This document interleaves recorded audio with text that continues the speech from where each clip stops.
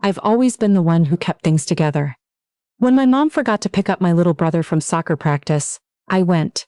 When the dishwasher flooded the kitchen on Thanksgiving morning, I was the one on my knees with towels, while everyone else panicked. I was the responsible one, the dependable one, the daughter who never needed anything from anyone. Or at least that's what my family had decided about me a long time ago. So when my doctor told me I needed surgery, I figured they'd want to be there. I know how that sounds. I'm not someone who asks for much. I don't make a big production out of things. But a surgery is a surgery. A real one, with anesthesia and a recovery room, and nurses telling you not to eat after midnight. The kind where your stomach drops when they hand you the consent forms and you realize there's a line for an emergency contact. I put my grandmother's name down. That should have been my first sign. My mom and dad had been planning their anniversary trip to Hawaii for almost 2 years. 40 years of marriage, and they wanted to celebrate big. 2 weeks on Maui with my younger sister Brianna and her husband. I knew about the trip. Everyone knew about the trip. My mom had a countdown app on her phone. What they didn't know, what none of us knew until about 6 weeks before their departure, was that I had a mass in my abdomen that needed to come out. It wasn't cancer, the doctor was careful to say that. But it wasn't nothing either. It was sitting on a nerve cluster, and it needed to be removed before it caused permanent damage. My surgeon had one opening in her schedule, the second week of February, right in the middle of the Hawaii trip. I want to be clear about something, because I know how this sounds and I know some people will say what they always say. Why didn't I just reschedule? I asked. I sat in that office and I asked the scheduler directly. The next available date with my surgeon was 4 months out. 4 months of that thing pressing on that nerve, and my doctor had already told me that the longer we waited, the higher the risk of complications. She wasn't trying to scare me. She was just being honest. I called my mom that evening. I tried to keep my voice calm, like I was relaying logistical information, rather than terrifying news. I told her what the doctor found. I told her about the surgery date. I said I was a little scared. She was quiet for a moment and then she said, "Oh, honey, that's terrible timing." I remember standing in my kitchen holding my phone, looking out at the parking lot behind my apartment, thinking, did she mean for me or for them? Over the next few weeks, I kept waiting for someone to say they'd stay home. I wasn't going to ask. I don't know why, pride maybe, or fear of hearing the answer. I just kept waiting for one of them to offer. My dad, Brianna, anyone. Instead, I got texts asking if I'd arranged for someone to drive me home after the procedure, whether I'd set up grocery delivery, whether I'd told my boss I'd need time off. Logistics. They were very interested in the logistics. My grandmother noticed. She always notices. She's 81 years old, and she lives 40 minutes away in the same house where my mom grew up. And she has this way of listening to you on the phone, where you can feel her paying attention, not just to what you say, but to the pauses, the pace of your breathing, the things you're leaving out. I called her to let her know about the surgery, and she asked me one question. Who's going to be with you? I said I'd figure it out. She said, I'll be there at 7. My surgery was at 8 in the morning on a Tuesday. My grandmother was waiting outside my apartment at 6:45. She had a thermos of coffee and a bag with a book, her reading glasses, and a Ziploc of the almond cookies she makes from scratch every Christmas. She didn't make a big deal out of it. She just got in the car and rode with me to the hospital, like it was the most obvious thing in the world, because to her it was. I don't remember much about the hours before they took me back. I remember the gown that tied in the back, and the nurse who put in my IV and the ceiling tiles I stared at, while they wheeled me down the hallway. I remember that my hands were shaking and I was trying to hide it. And I remember my grandmother taking both of my hands in hers in the pre-op room and saying, "Look at me. You are going to be just fine. I will be right here when you wake up." She was. The surgery lasted about 2.5 hours. When I came out of anesthesia, my grandmother was in the chair next to my bed, with her reading glasses on and her book open, same as if she'd been sitting in her own living room. She looked up and smiled and said, "There she is." I cried. I don't usually cry. I couldn't help it. My phone had a voicemail from my mom, saying they'd landed in Maui and asking how everything went. Brianna had sent a string of heart emojis at some point during my surgery, which I supposed was something. My dad texted, "Hope it went well, sweetheart. Drink lots of fluids." I looked at those messages in my hospital bed with my grandmother feeding me ice chips, and I didn't know exactly what I felt. Something hollow. Something that had been there for a long time and had just gotten too heavy to keep ignoring. The hospital kept me overnight. My grandmother stayed until 9, and then drove home and came back at 7 the next morning to take me to my apartment. She stayed for 3 days. She slept on my pull-out couch and made soup from a recipe she's had since before my mom was born. And when I was well enough to move from the couch to the kitchen table, we played rummy and she beat me every single time and didn't pretend to go easy on me, which I loved. My parents called from Hawaii every other day or so. The calls were short. They were busy. They had excursions booked. They wanted to tell me about the snorkeling and the luau dinner, and a restaurant where they'd had the best fish they'd ever tasted. I tried to be a good sport about it. I asked questions. I said it sounded beautiful. What I didn't say was that I had to sleep sitting up for the first 10 days.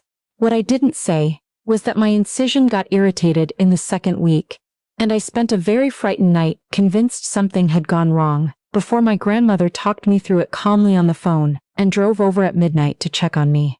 What I didn't say was that physical therapy started before my parents even came home, and my grandmother drove me to every single appointment because I couldn't drive myself yet. What I didn't say was that I needed my mom. That's the part that's hard to write. I'm 32 years old. I have an apartment and a career, and I've been managing my own life since I was 19. I'm not a child who needs her mother for every scraped knee, but there's something about coming out of anesthesia, about that specific moment of waking up and not knowing where you are, that makes you want your person. And when I woke up, my person was my grandmother, not because that was the default, but because she had chosen to be there. I know the difference. My parents came home from Hawaii on a Thursday. I had been out of the hospital for almost 2 weeks at that point. They came back tanned and relaxed and full of stories, and my mom called me that Friday evening and talked for 20 minutes about the hotel's breakfast spread, the whale watching tour, a boutique she'd found in Lahaina. At the end of the call she said, "We should have dinner soon. I want to hear all about how everything went. I want to hear all about how everything went." Past tense, already filed away. We had dinner the following Sunday at my parents' house. Brianna and her husband came too. My mom made her chicken casserole. Everyone asked how I was feeling, and I said I was doing better, and they nodded, and that was more or less the end of my surgery as a topic of conversation. Dinner moved on to the Hawaii trip. The photos, the highlights, a debate about whether Maui or the Big Island is better that lasted longer than anyone asked me about my recovery. I sat there and ate my casserole and thought about my grandmother, who had sent me a text that morning that said, "Thinking of you today. Let me know how dinner goes." Nobody at that table had texted me on the morning of my surgery to let me know they were thinking of me. I want to be fair. I know my family loves me. I know my parents are not bad people. I know that a pre-planned anniversary trip is not nothing. And I know that what happened with my surgery timing was genuinely bad luck for everyone. I've thought about this a lot. I've turned it over and over in my mind the way you do when you're trying to figure out whether you have a right to feel what you feel. But here's what I kept coming back to. My sister had a fender bender 2 years ago. Nobody was hurt, it wasn't serious, but my dad drove 45 minutes in rush hour traffic to be at the scene. My mom left work early. I sent a text. And Brianna is not a fragile person. She's tougher than I am, honestly. But when she needed the family to show up, the family showed up. I had surgery. I was alone in a hospital. And what I got was heart emojis. I'm not saying any of this to make myself the victim of some great tragedy. I want to be honest about that.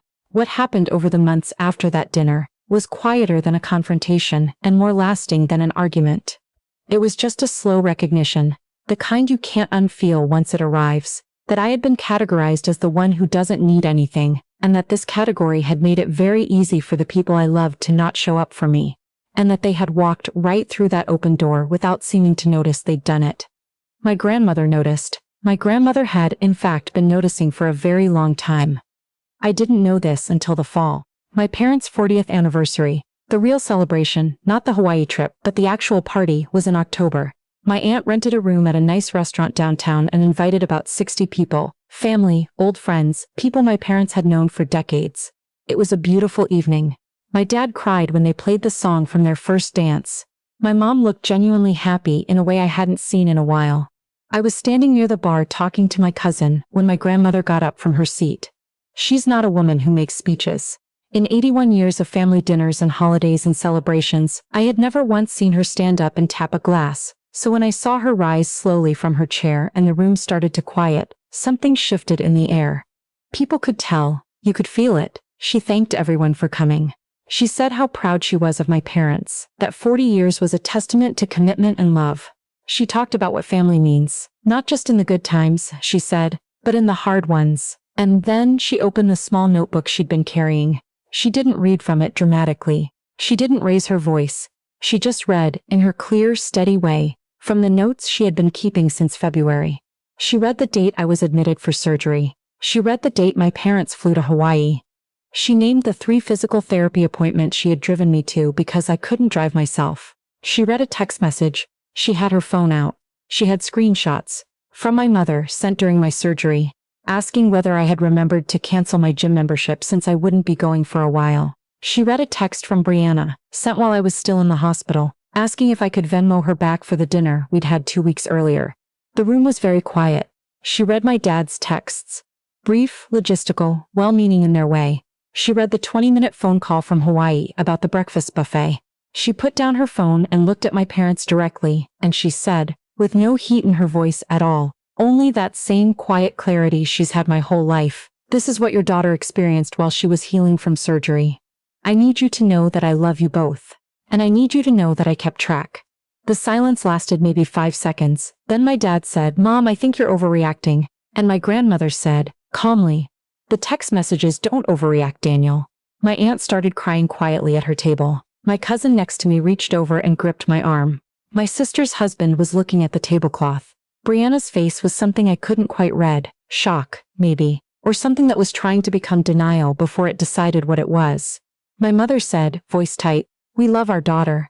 My grandmother said, "I know you do. Now she knows you need to show it better." The party didn't end exactly. Parties with 60 people don't just stop. But things shifted. My grandmother sat back down. The music came back on. People began talking in low voices. My dad gave a short, uncomfortable toast a few minutes later that nobody seemed to know how to respond to. By 9 o'clock, people had started saying their goodbyes. I didn't talk to my parents that night. I hugged my grandmother in the parking lot and held on longer than I usually would. And she patted my back the way she does, steady and firm, and said, "It needed to be said." The weeks after the party were hard in a different way than the surgery had been. There were phone calls I didn't know how to handle, conversations with my parents that went in circles, a family group text that went silent for 10 days, and then resumed like nothing had happened. My dad sent me a long email explaining that they had trusted me to be okay because I always was, and that they hadn't realized. My mom called and cried and said she didn't know I had needed more from them. I didn't have a clean answer for any of it. I don't, still. I'm not someone who believes that one conversation fixes everything, or that naming a problem dissolves it. What I know is that something that had been invisible for a very long time became visible. To them, to me, to the extended family who were in that room, and visible things are harder to ignore than invisible ones. What I know is that my grandmother, at 81 years old, in a room full of people she loves, chose me. She had been choosing me, quietly and without announcement, for months. She had kept track, not because she was building a case, but because she understood, in some deep way that I'm still trying to learn, that the people who love you should know what you've been through. She drove me home from that party. We didn't talk much in the car. The radio was on low, one of the oldies stations she always has on, and the October streets were dark and leaf-strewn, and she drove the way she always does, steady and unhurried. When she pulled up outside my building, I sat there for a moment before I got out. I said, "You didn't have to do that." She looked at me with that look she has, patient, a little amused, completely certain. She said, "Yes, I did." I went upstairs and sat in my apartment for a long time before I went to bed. I thought about the person I'd been before the surgery, the one who handled everything, who didn't need anything, who made it very easy for people not to worry about her. I thought about how that version of me had been built over years, quietly, and without anyone deciding to build it. I thought about whether I had helped construct my own invisibility. And then I thought about my grandmother in that hospital chair, with her reading glasses and her book, waiting for me to wake up. I thought about the almond cookies in the Ziploc bag. I thought about midnight phone calls and soup recipes and rummy games, and the way she said there she is when I opened my eyes in recovery, like I was someone worth looking for. Some people show love with words. Some people show it with what they remember. My grandmother shows it with what she shows up for, and with what she refuses to let slip past without being named.